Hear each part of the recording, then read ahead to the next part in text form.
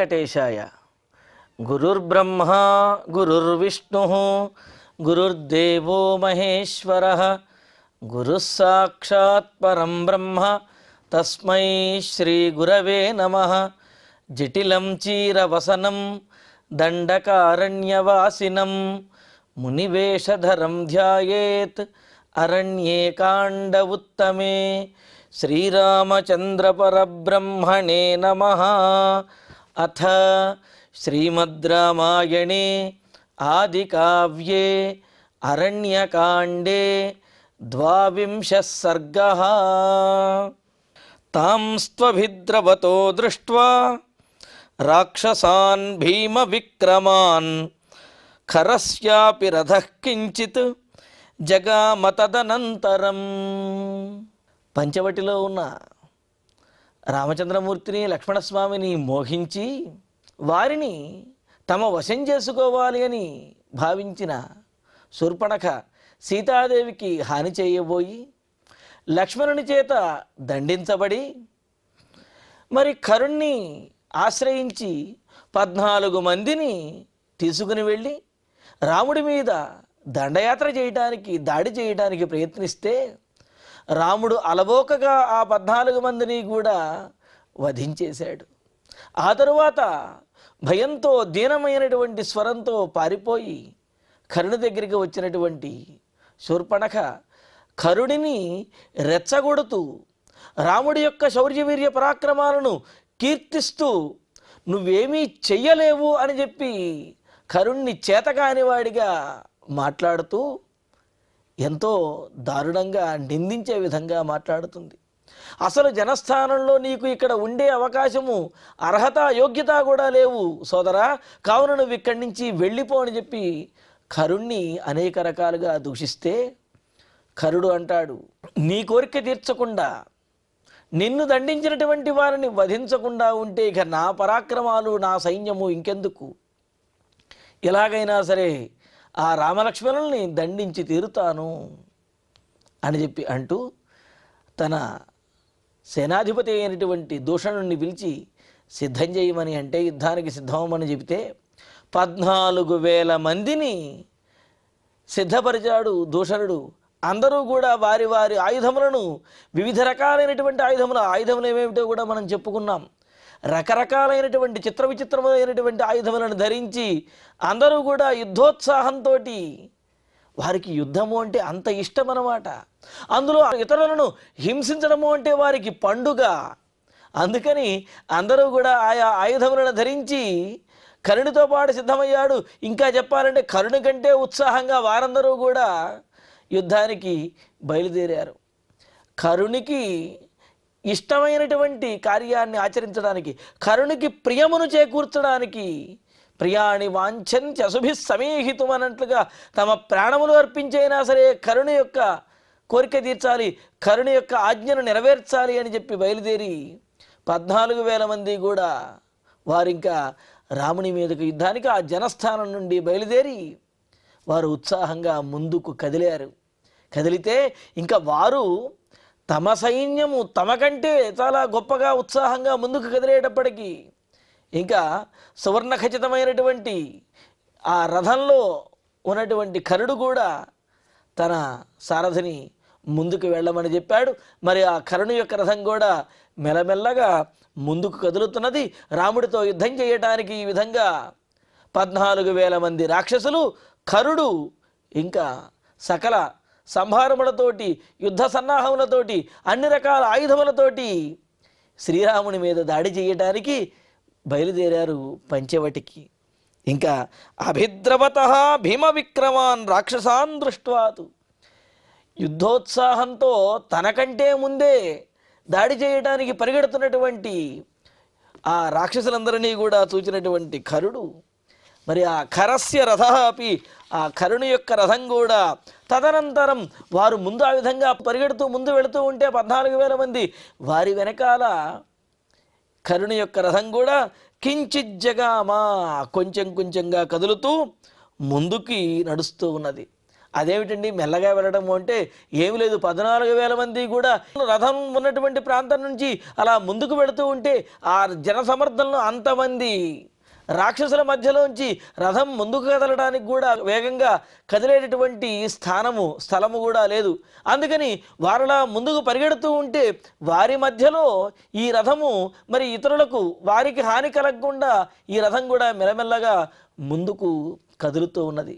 ఇలాగా 14,000 మంది పరివారంతో రాక్షసులతోటి కరుడు రాముడి మీద యుద్ధం చేయడానికి ఇలాగా బయలుదేరారు. తతస్తాన్ శబలానశ్వాన్ తప్త కాంచన భూషితాన్ ఖరస్య మతిమాజ్ఞాయ సారథి సమచోదయత్.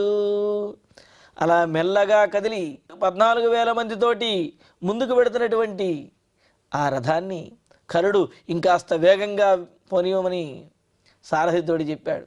ఇంకా సారథి ఆ రథం మరింత వేగంగా నడపడానికి గుర్రములను అదిలించేటప్పటికీ అవి కూడా ఈ 14,000 మంది రాక్షసులతో పాటుగా చాలా వేగంగా పరిగెత్తడం మొదలుపెట్టాయి.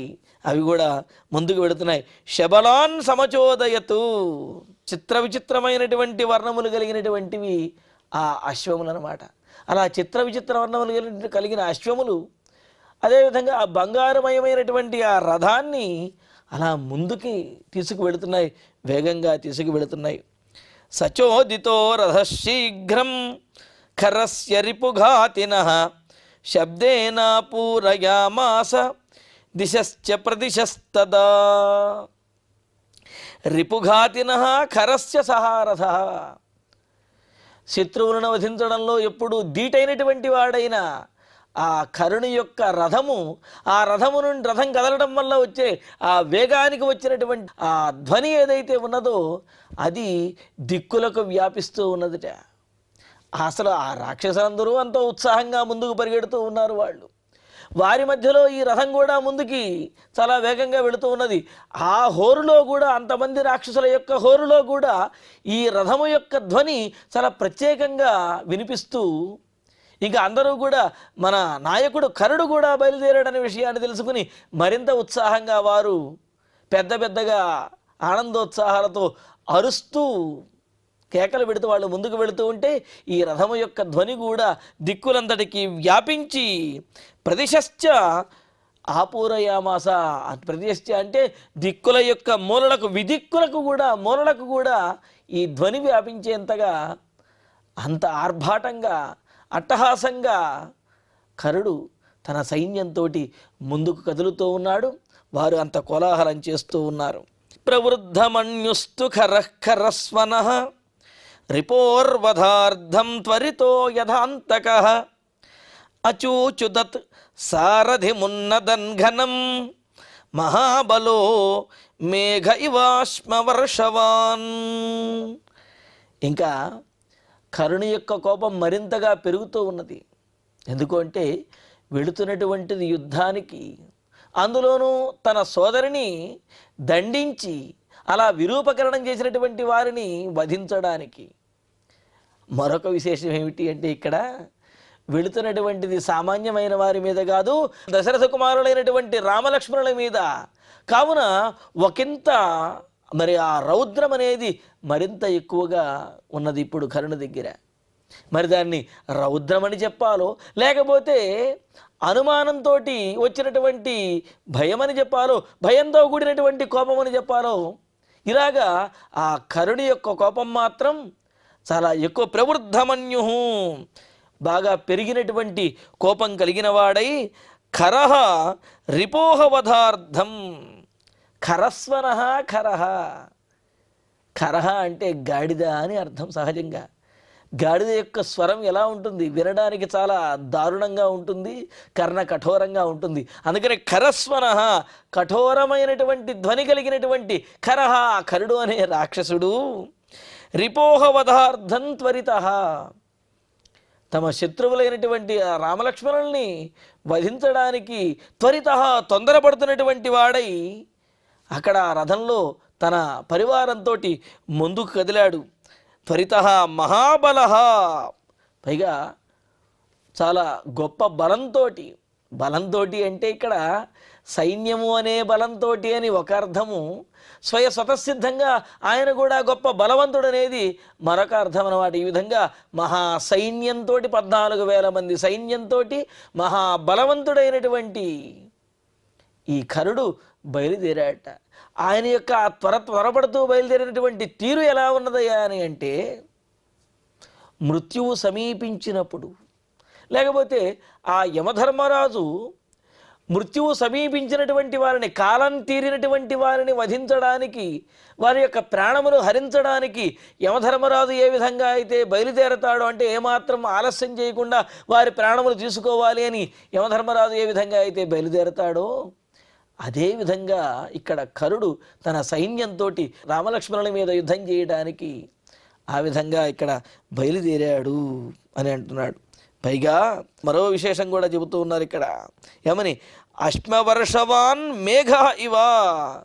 ఇంకోటి ఏమిటంటే విశేషము, రాళ్ల వర్షం కురిపించేటటువంటి మేఘంలాగా కరుడు ముందుకు నడుస్తున్నారట. రాళ్ల వర్షం కురిపించేటటువంటి మేఘమేమో కరుడైతే, అలా వర్షించేటటువంటి ఆ రాళ్ళు ఏవైతే ఉన్నాయో అవి ఈ రాక్షసులు, అదేవిధంగా ఆయుధములు అన్నమాట. అలాగా రాళ్ల వర్షం కురిపించేటటువంటి మేఘము త్వరపడి అలా ముందుకు కదులుతున్నట్టుగా మహావాయువు చేత ప్రేరేపించబడి, ప్రచండ వాయువు చేత ప్రేరేపించబడి ఆకాశంలో ముందుకు కదులుతూ రాళ్ల వర్షాన్ని కురిపిస్తున్నట్లుగా శూర్పణఖ చేత ప్రేరేపించబడినటువంటి కరుడు తన సర్వసైన్యముతోటి, అంటే ఆ 14,000 మంది రాక్షసులతోటి రాముడి మీద దాడి చేయటానికి ఆ జనస్థానం నుండి పంచవటికి, ఆ దండకారణ్యంలో ఉన్నటువంటి ఆ పంచవటికి బయలుదేరి వెళుతూ ఉన్నాడు.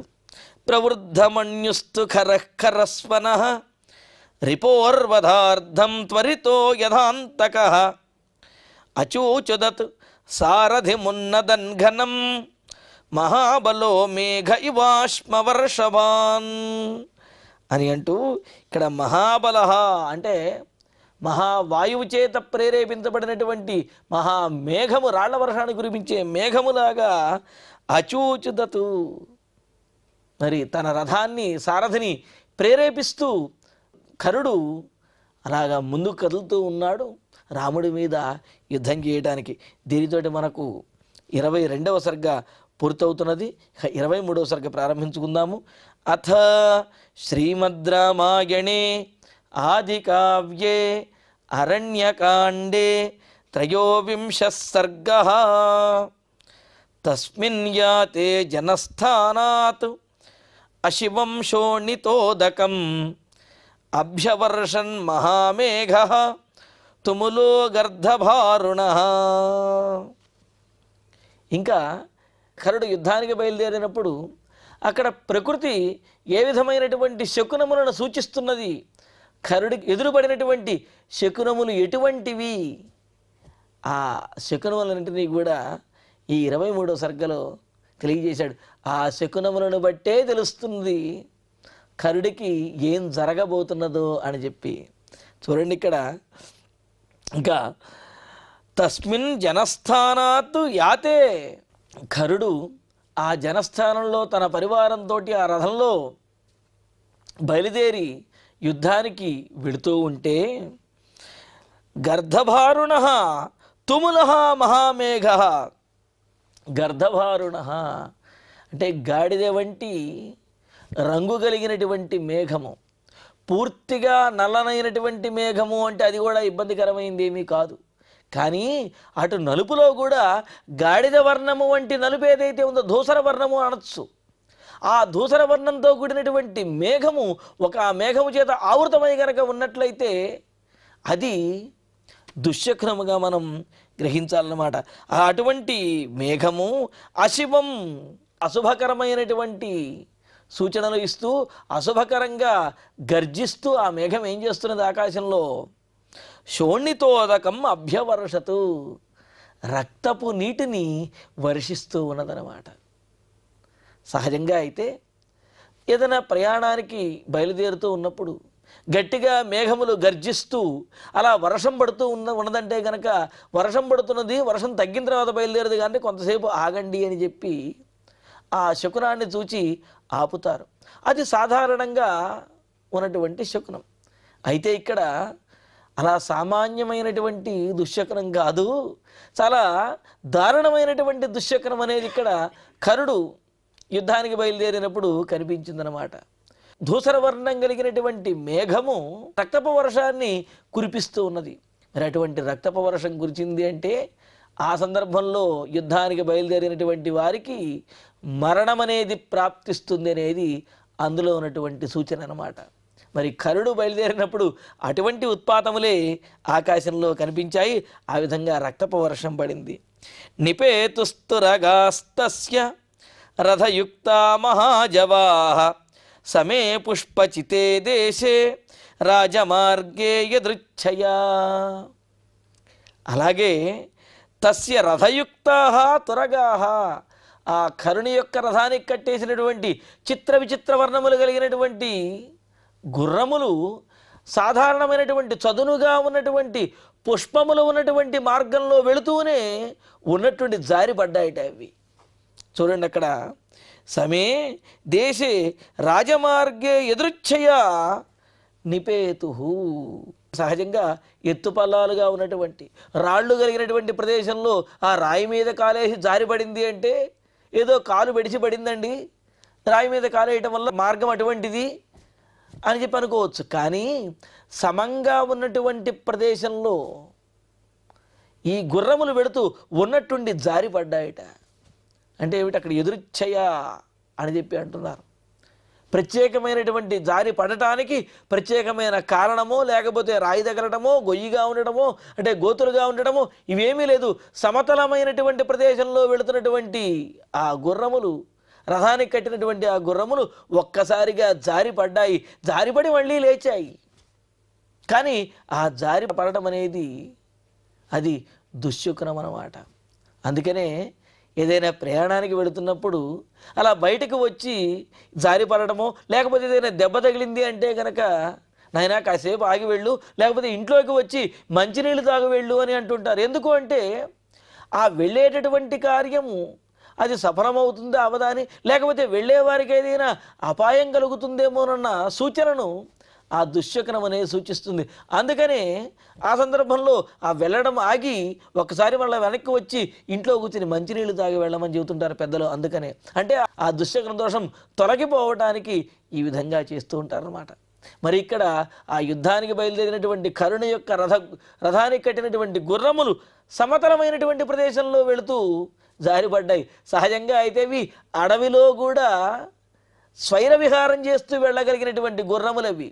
కానీ ఆ అడవిలో సమతలమైనటువంటి ప్రదేశంలో వెళుతూ, అంటే ఎత్తుపల్లాలుగా ఉన్నటువంటి ప్రదేశంలోనే స్వైర విహారం చేసినటువంటి గుర్రములు సమతలమైనటువంటి ప్రదేశంలోనే అనుకోకుండా ఆ విధంగా జారిపడ్డాయి. పడి లేచి మళ్ళీ వెళ్ళడానికి ప్రయత్నిస్తున్నాయి. ఇది ఒక దుశ్శకునం కరుడికి కనిపించింది. శ్యామం రుధిర పర్యంతం బభూవ పరివేషణం అలాత చక్ర ప్రతిమం పరిగృహ్య దివాకరం. ఈ విధంగా కరుణి యొక్క రథానికి కట్టినటువంటి గుర్రములు మరి అక్కడ ఎదురుగా ఆ విధమైన దుశ్శకునాన్ని జారిపడి దుశ్శకునాన్ని తెలియజేస్తే, ప్రకృతిలో ఉన్నటువంటి ఆ మేఘములేమో మరి ఆకాశంలో రక్తపు వర్షాన్ని కురిపించి దుశ్శకునాన్ని తెలియజేస్తే, ఇంకా సూర్యుని చుట్టూ దగ్గరగా ఒక వలయం అనేది ఏర్పడిందనమాట. సూర్యుని చుట్టూ రక్తవర్ణంతో ఎర్రనైనటువంటి వలయం. అది ఎలాగా అంటే ఒక నిప్పు కొరివిని కనుక గిరగిర గిరగిర తిప్పుతూ ఉంటే ఆ నిప్పు కొరివి ఏ విధంగా అయితే ఎర్రగా కనిపిస్తుందో అటువంటి ఎర్రనైనటువంటి ఒక వలయము సూర్యుని చుట్టూ కనిపిస్తూ ఉన్నదట. ఇది రాజుకి, అంటే అక్కడ ఉన్నటువంటి నాయకుడికి, లేకపోతే ఏదైనా ప్రత్యేకమైనటువంటి కార్యానికి బయలుదేరినటువంటి వాడికి దుశ్శకునాన్ని, మరణాన్ని సూచించేటటువంటి ఆ శకునం అన్నమాటది. అందుకనే ఇక్కడ చెబుతున్నారు చూడండి, అక్కడ కరుడు బయలుదేరినప్పుడు ఆ ప్రాంతంలో అక్కడ సూర్యుని చుట్టూ కూడా ఒక వలయం అనేది కనిపిస్తూ ఉన్నది. దివాకరం పరిగృహ్య శ్యామం రుధిర పర్యంతం. చూడండి, సూర్యుని చుట్టూ కూడా వ్యాపించి నల్లనైనటువంటి వలయము. ఆ నల్లనైన వలయము అంచు ఎలా ఉన్నది, ఒక నిప్పు కొరివి తిప్పుతూ గనక ఉంటే ఏ విధంగా ఉంటుందో ఆ విధంగా, అంటే ఎర్రనైనటువంటి అంచు కలిగినటువంటి నల్లనైనటువంటి వలయము సూర్యుని చుట్టూ కనిపిస్తూ ఉన్నది. ఇది ఒక దుశ్శకునం అన్నమాట. అలాగా పరివేషణం బభూవా. అలాత చక్రము అంటే నిప్పు కొరివి తిప్పితే ఏ విధమైనటువంటి ఎర్రనైనటువంటి ఆ వలయం కనిపిస్తుందో, ఇక్కడ నిప్పు కొరివి అని ప్రత్యేకంగా చెప్పడంలో ఉద్దేశం ఏమిటి అంటే, నిప్పు కొరువికి చివర మాత్రం ఎర్రగా ఉంటుంది, అలాగే మిగతా మొదలంతా కూడా నల్లగా బొగ్గుతూ ఉంటుంది. తద్వారా ఏమవుతుంది, ఆ నల్లనైనటువంటి వలయము ఎర్రనైనటువంటి వలయము రెండూ కూడా కనిపిస్తూ ఉంటాయి. అలాగా ఎర్రనైనటువంటి అంచుతో కూడిన నల్లనైనటువంటి వలయము సూర్యుని చుట్టూ కనిపిస్తూ ఉన్నది. ఇది కూడా కరునికి, ఆ ఓటమికి, అతని యొక్క మరణానికి కూడా సూచకంగా ఉన్నదన్నమాట. మనకు సహజంగా కూడా ఆకాశంలో చంద్రుని చుట్టూ వలయం కనిపిస్తూ ఉంటుంది, తెల్లనైనటువంటి గూడు కనిపిస్తూ ఉంటుంది. మన పెద్దవాళ్ళు చెబుతూ ఉంటారు, చంద్రుని చుట్టూ గుండ్రంగా ఉన్నటువంటి వృత్తాకారంలో ఉన్నటువంటి గూడు కనుక చంద్రుడికి దగ్గరగా కనుక ఏర్పడినట్లయితే దూరంగా వర్షం పడుతుంది అని, ఒకవేళ ఆ చంద్రుని చుట్టూ ఉన్నటువంటి వలయం చంద్రునికి దూరంగా కనుక ఉన్నట్లయితే మనకు దగ్గరగా వర్షం పడుతుంది అని ఈ విధంగా చెబుతూ ఉంటారు కదా. అది మనకు చంద్రుని దగ్గర చూడటం అనేది సహజంగా చాలాసార్లు చూస్తూనే ఉంటాం. కానీ సూర్యుని చుట్టూ ఈ విధంగా వలయం ఏర్పడటం అనేది చాలా అరుదుగా జరుగుతూ ఉంటుంది. అటువంటి వలయము కరుడు రాముడి మీద యుద్ధానికి బయలుదేరినప్పుడు ఆ విధంగా ఏర్పడింది ఆకాశంలో. తతో ధ్వజముపాగమ్య హేమదండం సముచ్ఛ్రితం సమాక్రమ్య మహాకాయః తస్థౌ గృధ్రస్సు దారుణః. ఇంకొక శకునం ఏమిటి అంటే, కరుడు ఆ విధంగా తన సైన్యంతో 14,000 మంది రాక్షసులతోటి అలా అట్టహాసంగా కోలాహలంగా ముందుకు కదులుతూ ఉంటే, ఆ రథం మీద ఉన్నటువంటి జెండా ఏదైతే ఉన్నదో ధ్వజం, ఆ ధ్వజం మీదకు వచ్చి ఒక గ్రద్ద అరుస్తూ ఆ రథానికి పరిభ్రమణం చుట్టూ తిరిగి ధ్వజం మీద వచ్చి కూర్చున్నదనమాట. ఇలాగా గ్రద్ద వచ్చి చుట్టూ తిరిగి ధ్వజం మీద కూర్చోవటం ఏదైతే ఉన్నదో అది కూడా ఒక దుశ్శకునం అనమాట. అదే చెబుతున్నారు ఇక్కడ. మహాకాయ సుదారుణ గృధ్ర, పెద్దదైనటువంటిది, దారుణ చూడటానికే చాలా భయంకరంగా ఉన్నటువంటి ఒకనొక పెద్ద గద్ద. హేమదండం సముచ్ఛ్రితం ధ్వజం ఉపాగమ్య, ఆ కరుణి యొక్క రథానికి ఉన్నటువంటి బంగారుమయమైనటువంటి ధ్వజం ఏదైతే ఉన్నదో ధ్వజం చుట్టూ తిరిగి దాని దగ్గరకు చేరి సమాక్రమ్య తస్థౌ, జెండాని ఆక్రమించి, ఆ దండాన్ని ఆక్రమించి ఆ ధ్వజం మీద ఒక గ్రద్ద వచ్చి కూర్చున్నది. ఇది ఒక దుశ్శకునం. జనస్థాన సమీపేతు సమాగమ్య ఖరస్వనాః విస్వరాన్ వివిధాంశ్చక్రుః మాంసాదా మృగపక్షిణః. వీటితో పాటుగా మరి కరుడు యుద్ధానికి బయలుదేరినటువంటి సందర్భంలో ఆ జనస్థానంలో ఉన్నటువంటి పక్షులు మృగములు కూడా, పక్షులు మృగములు అంటే ఏదో చిలకలు గోరింకలు మొదలైనటువంటి సాధు పక్షులు, లేకపోతే లేళ్ళు కుందేళ్ళు మొదలైన సాధు జంతువులు, ఇవి కాదు. మాంసాదాహ, క్రూరమైనటువంటివి, అదేవిధంగా పచ్చి మాంసమును తినేటటువంటి జంతువులు పక్షులు కూడా. పక్షుల్లో కూడా మాంసం తినేటటువంటి పక్షులు ఉంటాయి కదా, అటువంటి గొడ్లగోబలు, డేగలు మొదలైనటువంటి పక్షులు ఉంటాయి కదా, ఇవి. అదేవిధంగా ఈ నక్కలు, అదేవిధంగా ఈ సునకములు మొదలైనవి, క్రూర జంతువులు, మిగతా ఇతర జంతువులు ఇవన్నీ కూడా కరస్వనాహ, క్రూరమైనటువంటి ధ్వనులు చేస్తూ, మాంసాదాహ, మాంసం తినేటటువంటి, మృగపక్షిణ, మృగములు పక్షులు కూడా జనస్థాన సమీపే, ఆ జనస్థాన సమీపంలో అంటే ఈ సైన్యం బయలుదేరుతున్నటువంటి ఆ ప్రాంతానికి సమీపంలో చేరి అన్నీ కూడా వివిధాన్ విస్వరాన్ చక్రుహు, నానా రకాలైనటువంటి వికృతమైనటువంటి భయంకరమైనటువంటి శబ్దములతోటి అవి అరుస్తూ ఉన్నాయి. అది కూడా కరుడికి చాలా దుశ్శకునం అన్నమాట. ఇటువంటి దుశ్శకునములన్నీ కూడా కరుడు రాముడి మీదుగా యుద్ధానికి బయలుదేరినప్పుడు కనిపించాయి.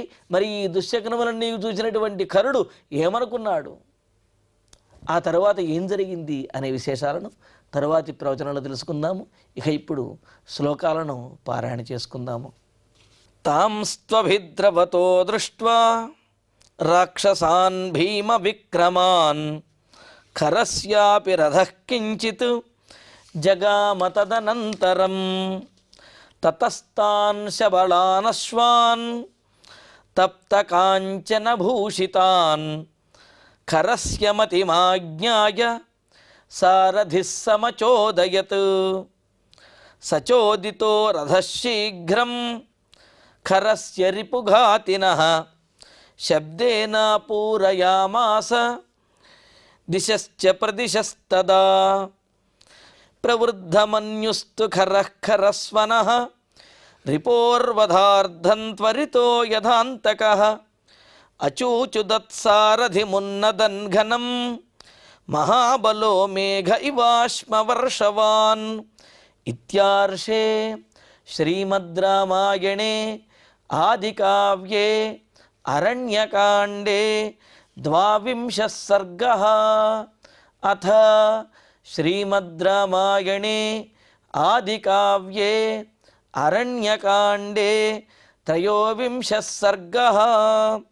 తస్మిన్ యాతే జనస్థానాత్ అశివం శోణితోదకం అభ్యవర్షన్ మహామేఘః తుములో గర్ధభారుణః నిపేతుస్తురగాస్తస్య రథయుక్తా మహాజవాః సమే పుష్పచితే దేశే రాజమార్గే యదృచ్ఛయా శ్యామం రుధిరపర్యంతం బభూవ పరివేషణం అలాతచక్ర ప్రతిమం పరిగృహ్య దివాకరం తతో ధ్వజముపాగమ్య హేమదండం సముచ్ఛ్రితం సమాక్రమ్య మహాకాయః తస్థౌ గృధ్రస్సుదారుణః జనస్థాన సమీపే తు సమాగమ్య ఖరస్వనాః విస్వరాన్ వివిధాంశ్చక్రుః మాంసాదా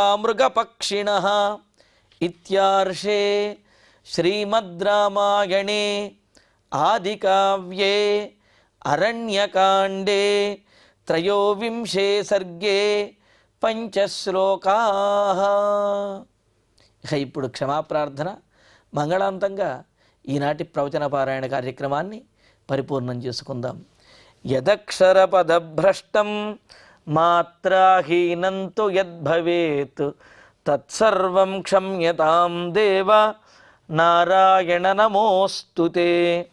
కాయేన వాచా మనసేంద్రియైర్వా బుద్ధ్యాత్మనా వా ప్రకృతే స్వభావాత్ కరోమి యద్యత్ సకలం పరస్మై నారాయణాయేతి సమర్పయామి. శ్రియః కాంతాయ కళ్యాణ నిధయే నిధయేర్ధినాం శ్రీవేంకట నివాసాయ శ్రీనివాసాయ మంగళం.